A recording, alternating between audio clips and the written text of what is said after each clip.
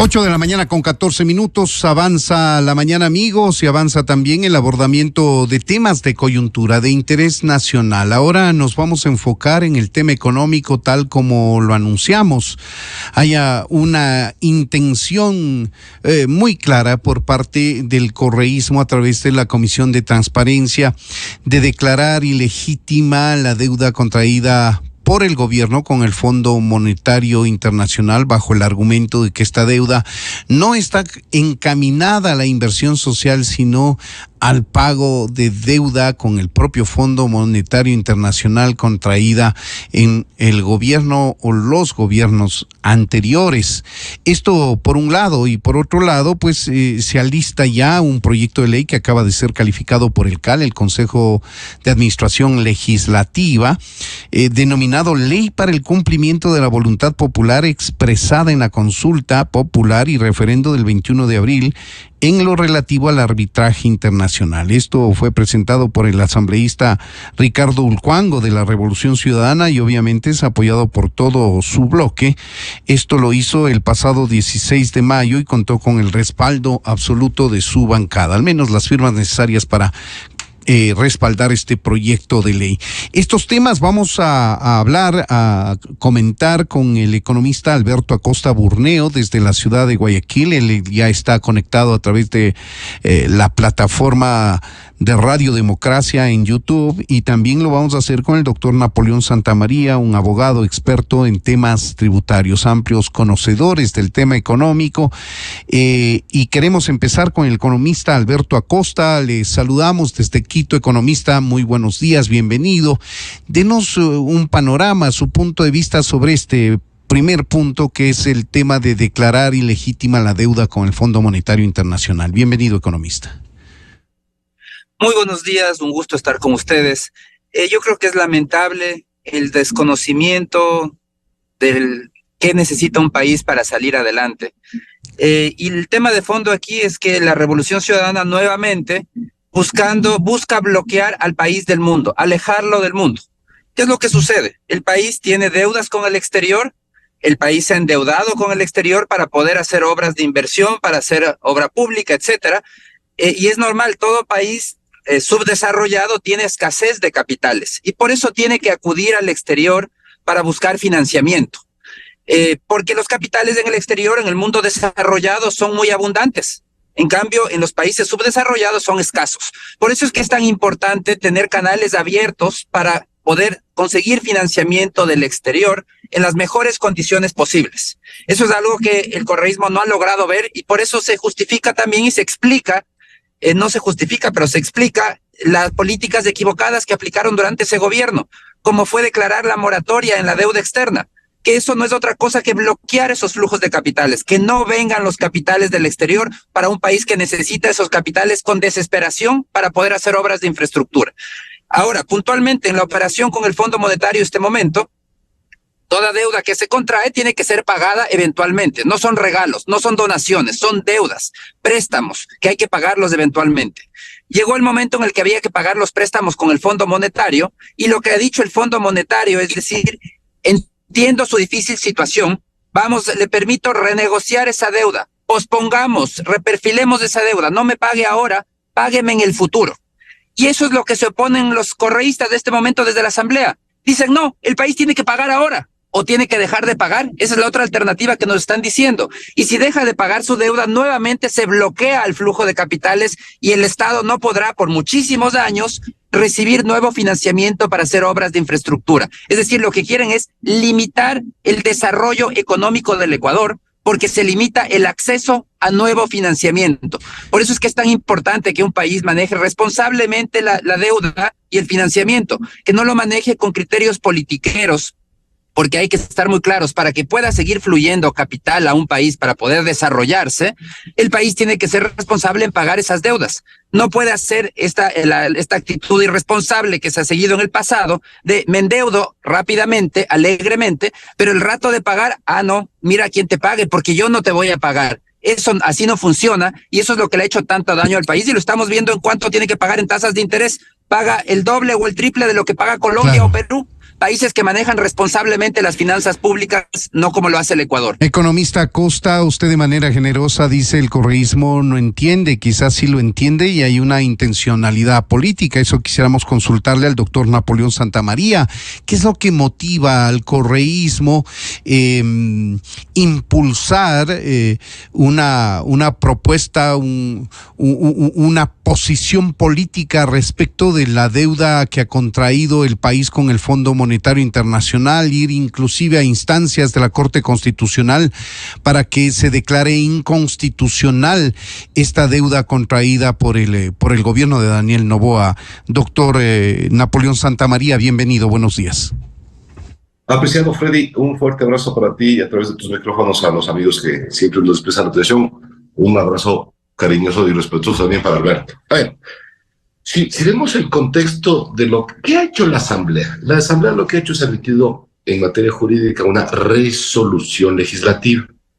Y lo que busca esta resolución legislativa efectivamente es que se declare, pero dentro del Parlamento, ¿no? Es decir, este fue el primer round legislativo. Ellos están pidiendo un segundo round para que sean los legisladores quienes declaren irrito el acuerdo que se llegó en este año con el Fondo Monetario para obtener sus 4.000 millones de dólares.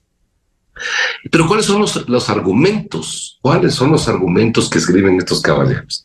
Y el primer argumento, que es risible realmente, dice, miren, le vamos a asimilar a este acuerdo de préstamo. Lo que nos está haciendo el Fondo Monetario es un préstamo con determinadas puntualizaciones, con determinadas condicionalizaciones que es correcto. A este país no se le puede entregar el dinero a manos llenas, porque ya sabemos lo que pasa con nuestros políticos corruptos y ladrones que finalmente terminan derrochando y malgastando estos fondos. Así que lo que estamos haciendo es un préstamo, un empréstito normal, común y cualquiera. Pero los señores de la Asamblea lo que buscan es asimilar a un tratado internacional, claro. Y asimilado a un tratado internacional, están diciendo, se está violentando por consiguiente las normas del artículo 418 y 419 de la Constitución, que efectivamente en varios temas y en varios capítulos establecen que tienen que ser conocidas, analizadas, revisadas por la Asamblea Nacional en determinados casos. Precisamente este no es el caso. Por ejemplo, claro, este no es un acuerdo internacional y es una facultad administrativa propia del Ejecutivo, como lo han hecho todos los gobiernos. Una facultad administrativa y de gestión pública. O sea, ¿quién maneja las finanzas públicas del país? El gobierno nacional. El gobierno nacional lo que tiene que hacer es buscar fuentes de dinero. Claro que sí. Y tiene que llegar en las mejores condiciones. Claro que sí, como ha sido siempre. Y efectivamente, Freddy, y no es un tratado internacional. Un tratado internacional tiene una connotación normativa, jurídica, temporal, espacial, es decir, un conjunto de requisitos para que este gran convenio internacional, llamados tratados internacionales, sean como tal. Pero ellos hábilmente, para sus intereses, claro, le están asimilando a estos criterios y dicen, como no pasó por la Asamblea, entonces tiene que ser declarado libre. Tema 1. Y tema 2, que claro, lo dicen, suelto de huesos, dicen, nos volvemos a endeudar, y ven dos puntos malos en el endeudamiento. Dicen, primero, nos volvemos a endeudar para pagar deuda anterior. Sí, señores, la que hizo el irresponsable del señor Correa, este señor que es prófugo de la justicia, esa es la que estamos pagando.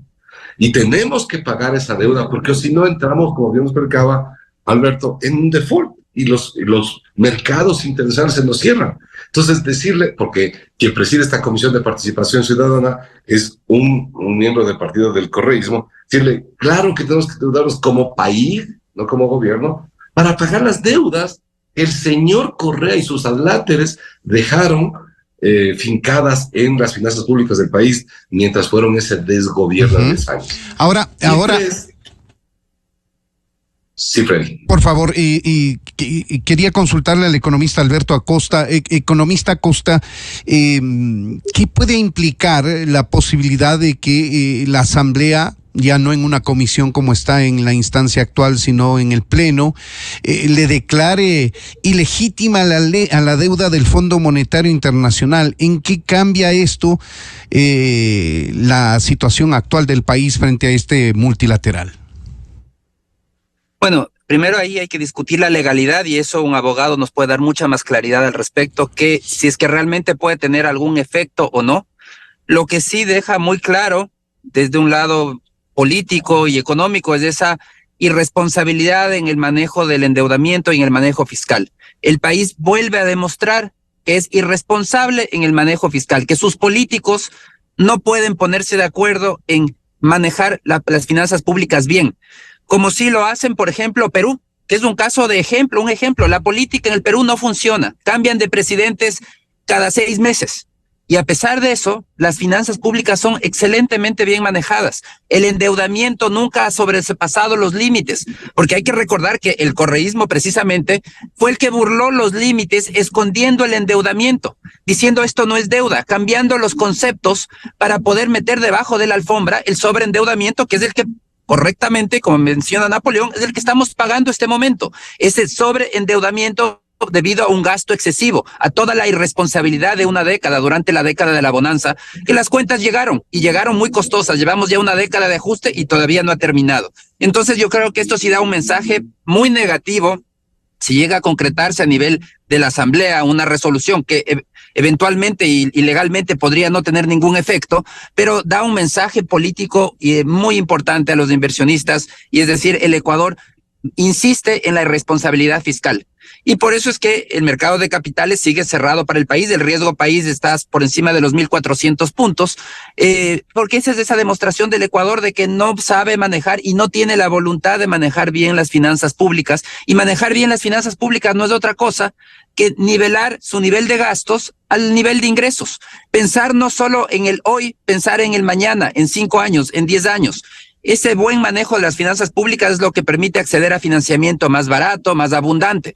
Pero el Ecuador, como ha seguido la senda de la irresponsabilidad, de vivir el corto plazo al máximo, sin importar que eso implique hipotecar el futuro, no tiene acceso a financiamiento, está limitado en el financiamiento, es muy poco el financiamiento que puede conseguir y sobre todo tiene que pagar 2 a 3 veces lo que pagan sus vecinos. Al Ecuador cuando se le presta caro, y se le presta caro porque es irresponsable, porque se endeuda alegremente, se gasta la plata todavía más alegremente, pero el rato de pagar no quiere pagar. Y sus políticos buscan argumentos sin ningún sustento económico, absolutamente politiqueros, para no pagar las deudas. Ahora, economista Acosta, ya lo dijo Napoleón, no se puede asimilar una contratación de un crédito con un multilateral a un acuerdo internacional, que en este segundo caso la Constitución sí prevé que tenga una posición la Asamblea. Este hecho de que, si usted quiere, el Ejecutivo o el presidente le consulte a la Asamblea si puede o no endeudarse, eso no tiene precedente en el manejo de la deuda en los últimos años. Definitivamente no tiene ningún sentido, y por eso es que digo aquí el tema legal, hay que ver si es que legalmente puede tener algún efecto. Es muy probable que no tenga ningún efecto, pero me envía un mensaje muy potente. Definitivamente envía ese mensaje de cómo quieren manejar los políticos las finanzas públicas, cómo ven las finanzas públicas, ese cortoplacismo en el manejo fiscal, vivir al máximo hoy y después que vengan las consecuencias. Y las consecuencias ya les sabemos cuáles son. Es el ajuste económico que ya llevamos por todos los malos manejos durante la bonanza. Ya llevamos una década de ajuste económico. Este año se cumple una década de ajuste económico y el ajuste no ha terminado. El ajuste probablemente nos va a tomar otra década más, igual que lo que sucedió de la gran bonanza de los años 70, que terminamos con un país sobreendeudado y con 2 décadas de ajuste, doloroso ajuste económico. Entonces, lamentablemente, es muy preocupante lo que está pasando en la Asamblea y cómo los políticos no han sabido evolucionar, ¿no? Avanzar en el pensamiento necesario para poder manejar de manera responsable y que haya un consenso en el país de que es necesaria, es positiva para el país la responsabilidad fiscal, que debemos desterrar la irresponsabilidad. Doctor Santamaría, usted como abogado podrá darnos claridad respecto de la fuerza que podría eventualmente tener una declaración del Pleno de ilegítima una deuda contraída con el Fondo Monetario Internacional. Esto ya nos lo ha dicho el economista Alberto Acosta Burneo. Es una muy mala señal hacia el mundo la que podría emitir el Ecuador de llegarse a ese caso, pero tendría alguna fuerza, alguna obligatoriedad, cambiaría en algo más allá de este mensaje negativo la relación entre el Ecuador y el Fondo Monetario Internacional, o acaso que logre impedir que los desembolsos futuros que tiene previsto el FMI al Ecuador no se den por esta declaratoria. No le escuchamos, doctor Santamaría, quizá no le está oprimiendo al botón de su micrófono. Tenemos algún problema con la comunicación con Napoleón Santamaría, abogado tributarista. Analizamos junto a Alberto Acosta esta decisión, esta intención de la Comisión de Transparencia manejada por el correísmo de declarar ilegítima la deuda contraída por el gobierno con el Fondo Monetario Internacional. ¿Me confirman si está el doctor Santamaría en línea? Te escucho ahí. Le consultaba, doctor Santamaría, no sé si me escuchó la pregunta. Sí. Por favor, le escuchamos. Completo la pregunta, Freddy, pero mira, para ir, porque mi conexión algo no está funcionando bien, pero al grano, es que esta es una estrategia del correísmo y sus movimientos que se agrupan con un único objetivo: destruir al gobierno de turno con miras a las elecciones presidenciales del próximo año, sin importar que le están destruyendo al país. Este es el resumen. Quieren destruir Sí, definitivamente tenemos una mala conexión con Napoleón Santamaría. Hasta que se logre mejorar la misma, vamos a continuar la entrevista con Alberto Acosta Burneo. Economista Acosta, recuérdenos a los ecuatorianos el nivel de deuda que tiene actualmente el gobierno de Daniel Noboa con el Fondo Monetario Internacional. Si no me equivoco, son $4,000 millones, que ya hay un desembolso parcial de ese monto, de un crédito extendido, igual que por el que optó Lenín Moreno y trascendió al gobierno de Guillermo Lasso. Sí, mira, hay que estar muy claros qué significa en la práctica la operación con el Fondo Monetario. En la práctica es una refinanciación. Es que el Fondo Monetario nos dice, no me pague hoy. Eso es, porque en los próximos 4 años el país tiene que pagar entre capital e intereses $4,444 millones al Fondo Monetario Internacional. Y va a recibir en este financiamiento 4,000 millones de nuevos créditos. Entonces, al final del día, con el Fondo Monetario no existe la figura de refinanciar deudas, pero esto es lo equivalente. Lo más parecido. El Fondo Monetario, lo más parecido. El Fondo Monetario entrega nueva deuda para poder pagar las deudas viejas, pero equivale en términos prácticos a una refinanciación, y eso es muy positivo para el país, porque la realidad es que el país, en la situación actual que tiene, no estaba en capacidad de pagar esos $4,444 millones en los próximos 4 años. Que son 1.100 millones de dólares anuales lo que le correspondería hacer. No son iguales las amortizaciones, son distintos en el tiempo, pero en promedio sí, es exactamente eso. Y eso significa darle un alivio a las finanzas públicas, porque entonces ahora el Estado va a poder liberar esos recursos, no tener que destinar esos recursos a amortizar deuda, y va a poder destinarlos a otros usos. Los recursos, ya sabemos, la situación fiscal sigue siendo muy compleja. Por eso es que esta operación con el Fondo Monetario es una excelente noticia, porque le dio un respiro a las finanzas públicas. No le obliga a pagar hoy, le obliga a pagar en el futuro una deuda que igual había que pagarla. Y la tasa de interés, economista, perdone que le interrumpa, de esta deuda vieja que le correspondía al país pagar en 4 años $4,444 millones versus los 4,000 que acaba de contratar el gobierno de Daniel Noboa con el FMI. ¿Cuál es la diferencia de la tasa? Bueno, ese es un tema importante. Las tasas de interés con los del financiamiento con el Fondo Monetario siguen siendo tasas muy reducidas por debajo de las tasas de mercado. Entonces es una gran ventaja, a diferencia que durante el correísmo, que se empeñó a China, al país, con tasas de interés muy elevadas. Con los multilaterales el financiamiento es prácticamente un financiamiento subsidiado y sigue siendo así en estas nuevas operaciones. Por eso es que para el Ecuador es financieramente una gran decisión y es una excelente noticia haber llegado a un acuerdo con el Fondo Monetario para poder posponer todas estas deudas a través de esta operación crediticia. Lo entendemos claramente, las personas de bien que nos endeudamos tenemos que pagar nuestras deudas, al menos eso rige nuestro comportamiento y claro, muchas personas no pueden entender aquello, pero economista, la Constitución establece que el endeudamiento público tiene que ser direccionado a la inversión social, entiéndase, salud, educación, y no para gasto corriente y menos para pagar deuda. Ese es uno de los argumentos que tiene el correísmo para su pretensión de declarar ilegítima esta última deuda contraída por el gobierno de Noboa con el Fondo Monetario Internacional. Mire, habría que revisar bien esas restricciones. La deuda normalmente los países lo que hacen es cuando los bonos, por ejemplo, vencen, los sustituyen por nuevos bonos. Porque precisamente un país que tiene abierto la puerta al crédito, lo que hace es seguir empujando esas deudas a futuro y de esa manera libera la necesidad de recursos para poder amortizar esas deudas. Si es que no hay la opción de posponer, de empujar esas deudas, de reperfilar deudas, ¿qué es lo que significaría? Que el país tiene que pagar hoy todas las amortizaciones, todas. No puede endeudarse para poder posponer deudas.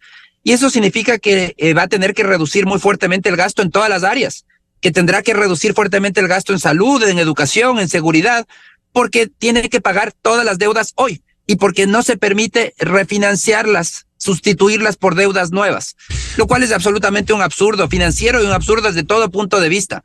Aquí lo que mencionaba Napoleón en su momento, coincido totalmente. Él decía, es que aquí hay una intencionalidad de hacerle daño al gobierno, de que colapse el gobierno, porque claro, si le obliga a pagar todas las deudas, si le dice no puede refinanciar la deuda, es prohibido refinanciar, es inconstitucional. Entonces le está obligando a pagar el día de hoy miles de millones de dólares en amortizaciones y como no hay dinero, eso significa que tendrá que utilizar el dinero que debía ir a salud o educación o a seguridad, tendrá que destinarlo para pagar deuda, porque ya no puede reperfilar esas deudas, no puede posponer esos pagos. Es decir, aquí hay una intencionalidad política de hacer daño a un gobierno, que eso es lo que menos nos debe importar. Lo que nos debe importar es que al hacer daño al gobierno, realmente quien están haciendo daño es a los ciudadanos. Así lo vemos. Un daño enorme a la población, porque si es que obligan al gobierno a tener que pagar de una vez por todas hoy las deudas que vencen año tras año, simplemente le van a poner una situación de colapso, de que no haya recursos para absolutamente nada. Y esa es la intención. Estos politiqueros que lo que hacen es, les importa muy poco el bienestar ciudadano, lo que les importa es llegar al poder, cueste lo que cueste. Y si eso cuesta sacrificar el pueblo, pues que se sacrifique el pueblo. Pero ellos quieren llegar al poder, cueste lo que cueste, absolutamente irresponsable.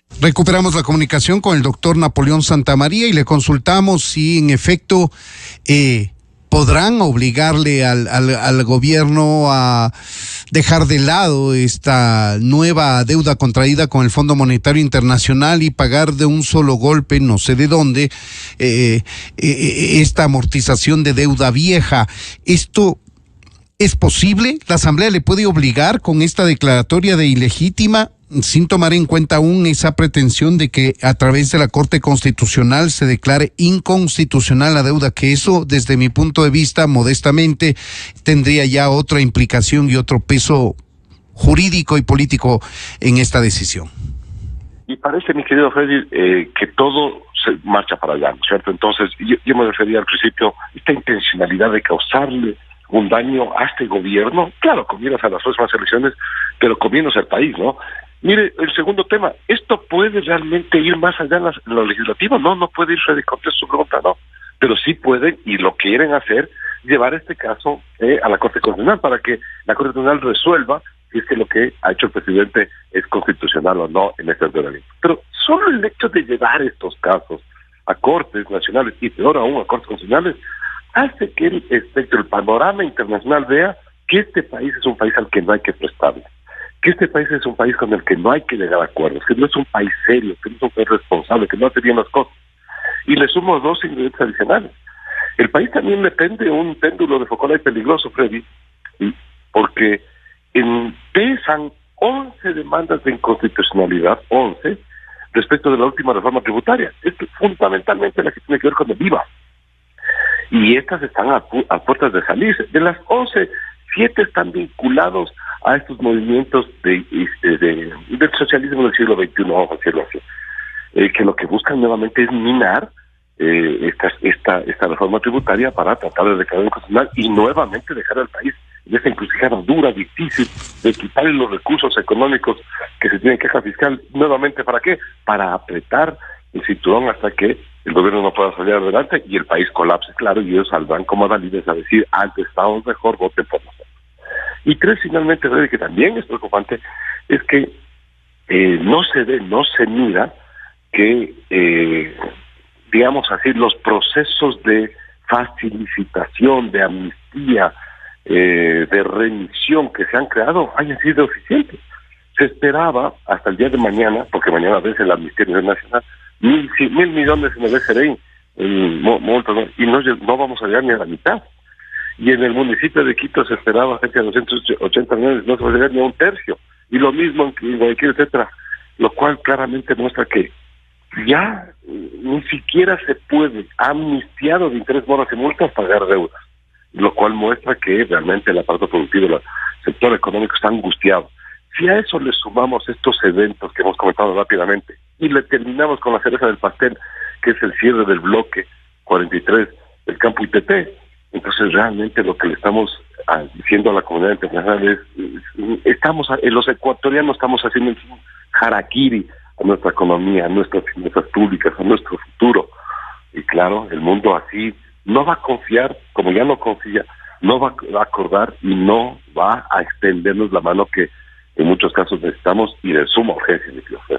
Son las 8 de la mañana con 41 minutos. Conversamos con Alberto Acosta Burneo, analista económico, y Napoleón Santamaría, abogado experto en temas tributarios. Analizamos este tema de declarar ilegítima la deuda del gobierno de Daniel Noboa con el Fondo Monetario Internacional. De alguna manera ya hemos explorado las implicaciones que esto tendría, los mensajes negativos que enviaría el Ecuador a la comunidad internacional, más allá de que tenga una fuerza, una obligatoriedad o no esta decisión en el seno del Pleno de la Asamblea Nacional, sin que contar que podría pasar también a la Corte Constitucional una eventual declaratoria de inconstitucionalidad. Hay una intención politiquera, han coincidido ambos entrevistados en este tema, pero quisiera poner sobre la mesa otro tema más que tiene un carácter económico, que tiene implicaciones políticas,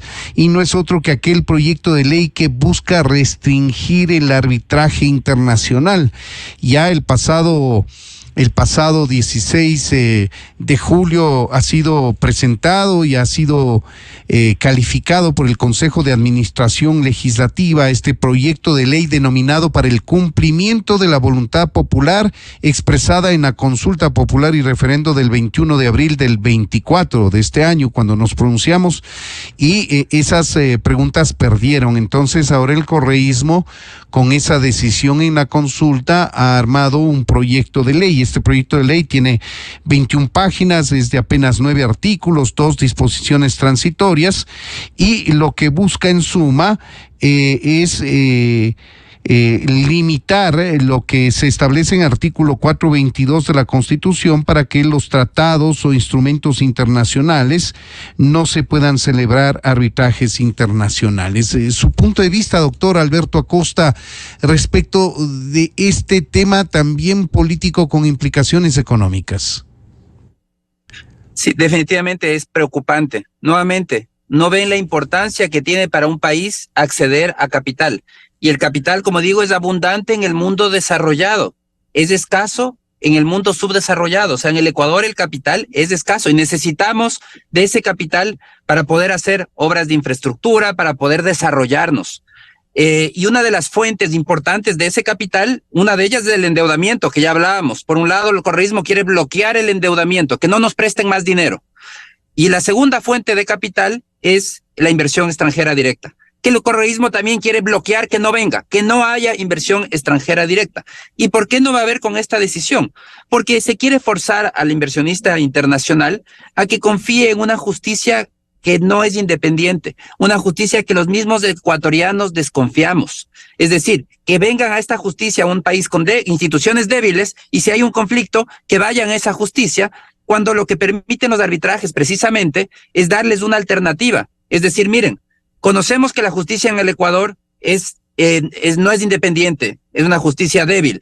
Entonces, lo que hacemos es permitimos que haya un tercero imparcial, un centro de arbitraje internacional que no es la justicia del país tercero, tampoco es la justicia del Ecuador, es un independiente.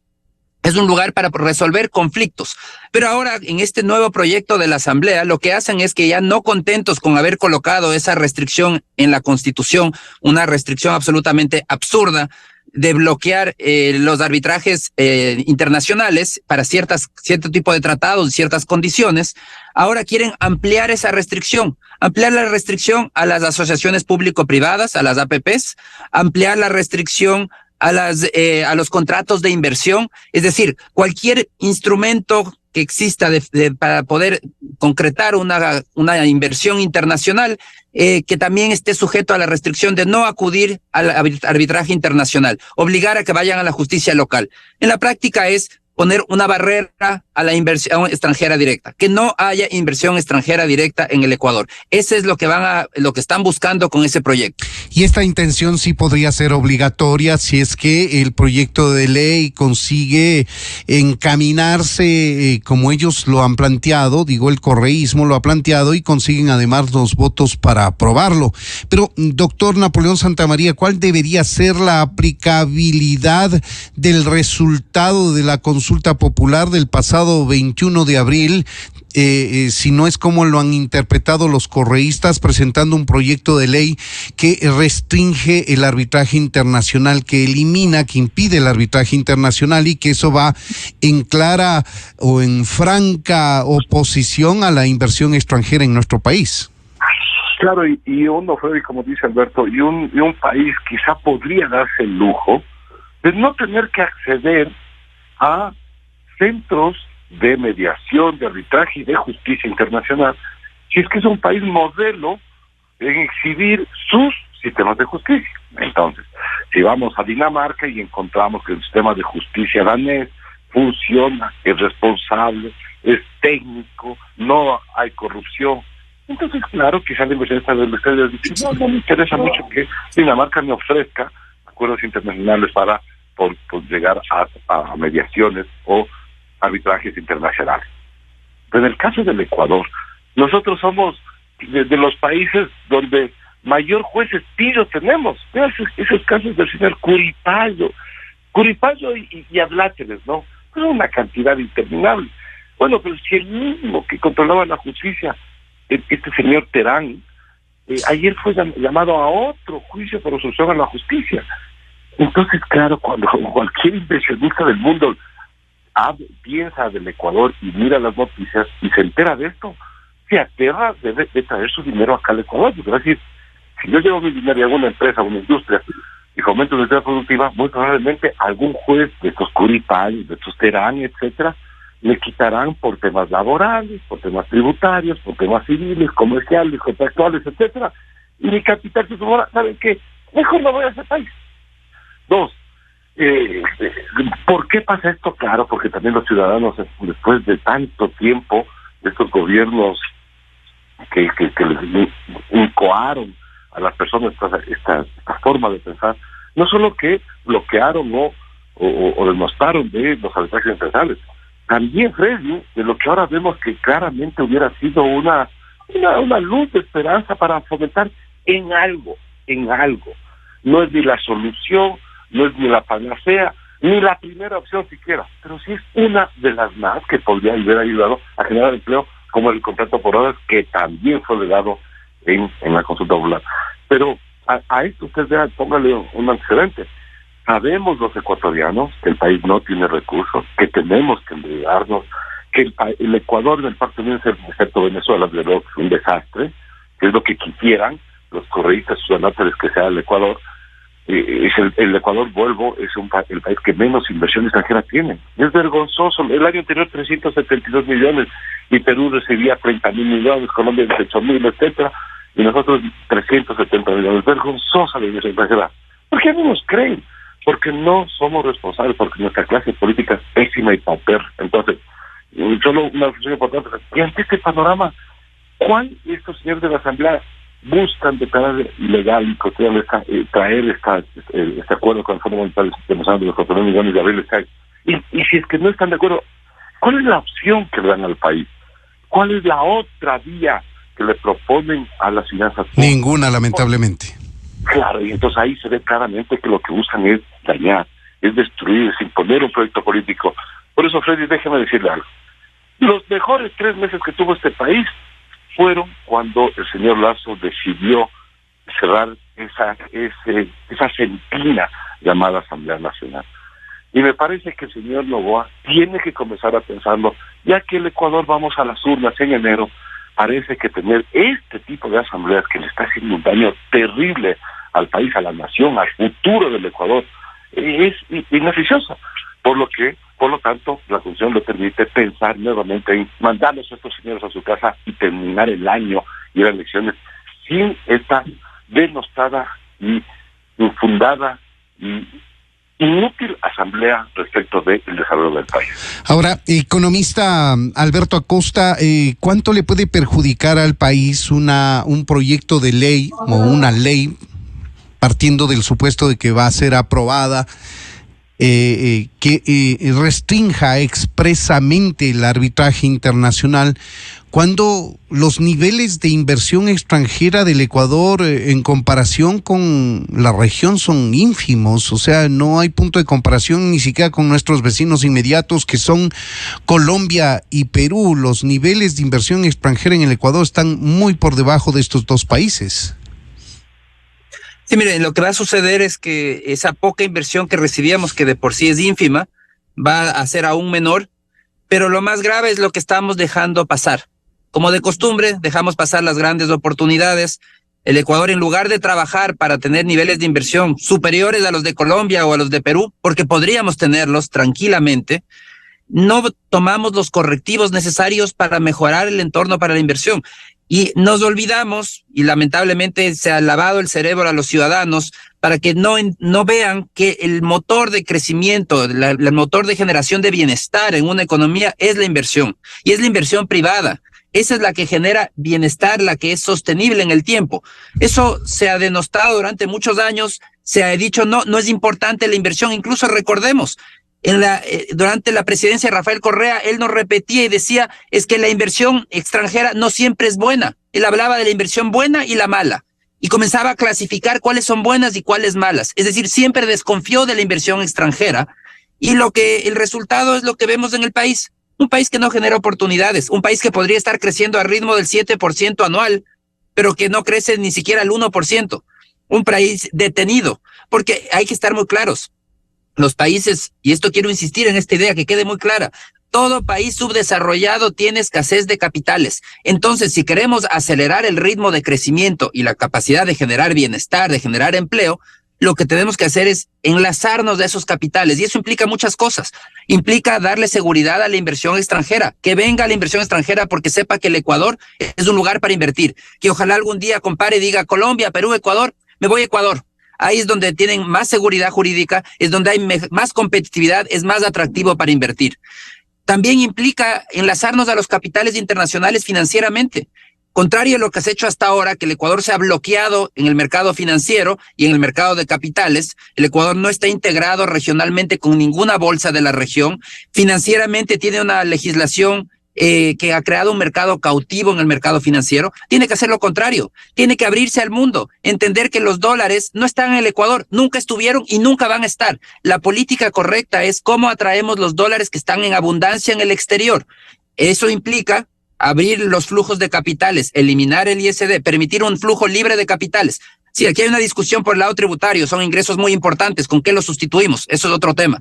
Pero en un tema, desde una perspectiva económica, lo que necesitamos es enlazarnos a los capitales internacionales. Esto es a través del mercado de capitales, a través de la apertura bancaria y financiera y a través de la seguridad para que haya más inversión extranjera directa. Y lo que hablamos hace un inicio, a través del manejo responsable del endeudamiento público, porque esa también es una manera de atraer capitales. Es decir, tenemos que tener clara la película de que la prioridad tiene que ser cómo maximizamos la atracción de capitales al país para poder acelerar el crecimiento económico, porque crecer al 1, 2 o 3% es insuficiente. El país tiene que crecer al 7% y no por 2 años o 3 años, por 3 décadas o 4 décadas si queremos salir del subdesarrollo.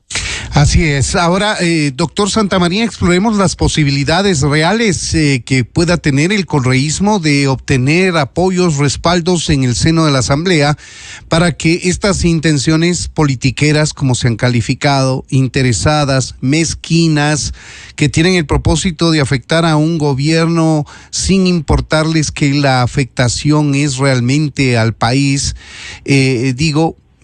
¿tendrán apoyo de algún sector político de la Asamblea que le convierta en ley o en un pronunciamiento oficial a estas intenciones del correísmo? Quizá un primer análisis hoy ahí es, creo, que hay que poner el tintero para que quede en la historia y que los nuevos políticos gobernantes no cometan el mismo error.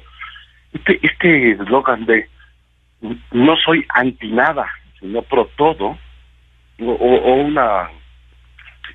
unas palabras similares que es las que pronunciaba el presidente Novoa cuando se posesionaba, que definitivamente no aplican, ¿no? En el Ecuador tenemos claramente personas que le queremos al país, que queremos que salga adelante, que queremos a cambio de absolutamente nada. Y hay otras que quieren apoderarse del Estado, quieren apoderarse de la riqueza, de las pocas riquezas que tiene el Estado, para su beneficio propio, en demérito de todos los 18 millones de ecuatorianos, es decir, a favor de su proyecto político. Entonces, aquí está claro lo que sostenemos nuestro país, lo viabilizamos, como dice Alberto, nosotros no tenemos capitales, tenemos que buscar y comportarnos bien para que el mundo entero nos vea como un país serio, responsable, que hace las cosas técnicas y profesionales y nos preste, y confíe sobre todo en algo que yo también comparto, es inversión extranjera. Si los ecuatorianos no nos metemos como una política de desarrollo nacional, política de desarrollo nacional, el respetar la formal invitación a la inversión extranjera, decirles, vengan, bienvenidos, gracias, y apoyarles. Desde luego, eso no significa no controlarles, no cobrarles impuestos, no cobrarles regalías mineras, no, todo lo contrario, todos los países les cobran impuestos. Para que usted le vea, Freddy, Colombia, la tarifa de impuesto de venta es de 38% y Perú 37%. Están por encima de nosotros. Les cobran, pero no les mueve, no les cambian, no les alteran. Entonces, sí, yo creo que una de las cosas fundamentales es poner estas políticas de desarrollo. Y una de las políticas más fundamentales debería ser de inversión extranjera. Y luego esperar que el semestre se va a acabar. Este año cerraremos como sea, mi querido Freddy, no bien, definitivamente estamos cerrando mal en la macro y en la microeconomía. No se ve nada. No sé si Alberto encuentra algo, pero al menos nosotros no vemos nada en el panorama inmediato que pudiera cambiar la realidad económica del país. Es decir, no vemos una gran obra que va a incorporar 4.000, 5.000 millones de dólares en la obra y por lo tanto va a generar 100.000 fuentes de empleo. No tenemos nada. Y ni tampoco un anuncio de una inversión extranjera potente o nueva inversión minera. Si el catastro minero, imagínate, que está cerrado.